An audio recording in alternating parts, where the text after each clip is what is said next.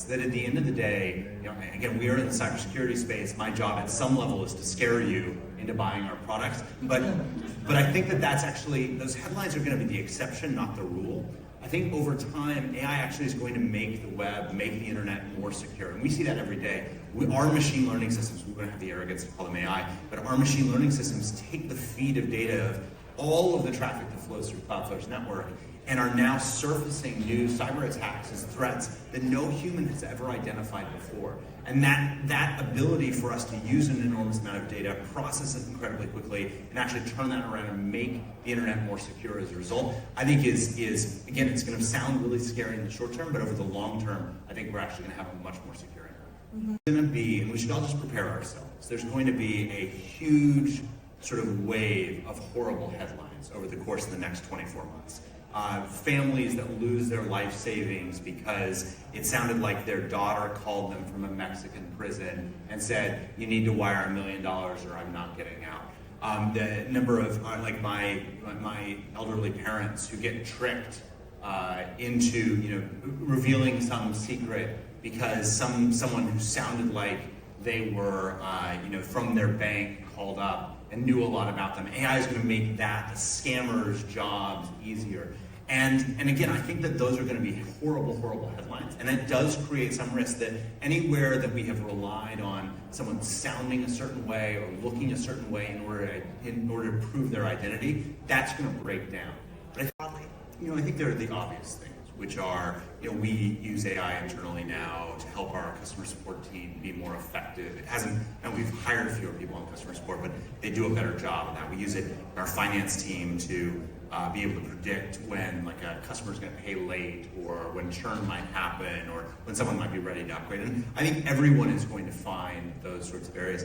The place where I think there's the biggest risk, and maybe the biggest opportunity, is that AI is going to change the user interface of the internet and the web and how we've all experienced it. Today, the business model of the web, what's sat behind it, really is based on search. You search for something, you go there, and then when you're there, whether it's Semaphore or any publisher or application that's out there, you're able to then derive value from that, whether it's monetary value by selling subscriptions or posting ads, or just eco, right? You know that someone is reading these things.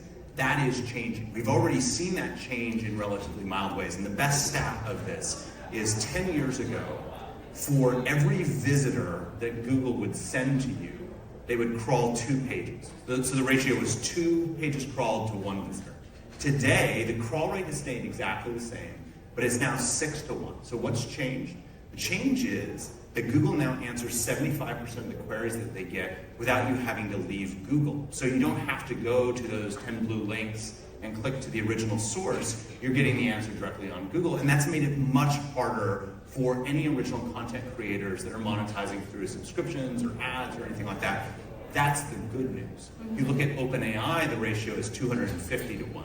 You look at Anthropic, it's 6,000 to 1. And so if original content creators are struggling at 6 to 1, I think there has to be a new business model that exists for those original content creators if we're going to be in a world where more and more questions are getting answered without you having to go to the original source. And I think that is incredibly terrifying to a lot of the publishing industry today. But I actually think there's an opportunity to create sort of this new wave of value that original content creators are out there creating. I live in Park City, Utah. It matters to me enormously whether it snows more on the east side of the mountain or the west side of the mountain. And so I subscribe to a weather forecaster who will give me that precise data. If that's coming to AI, then that forecaster can now start to actually sell that data to the various AI models so that I can then ask it, where should I go skiing this morning? And it would tell me one side of the mountain versus the other. So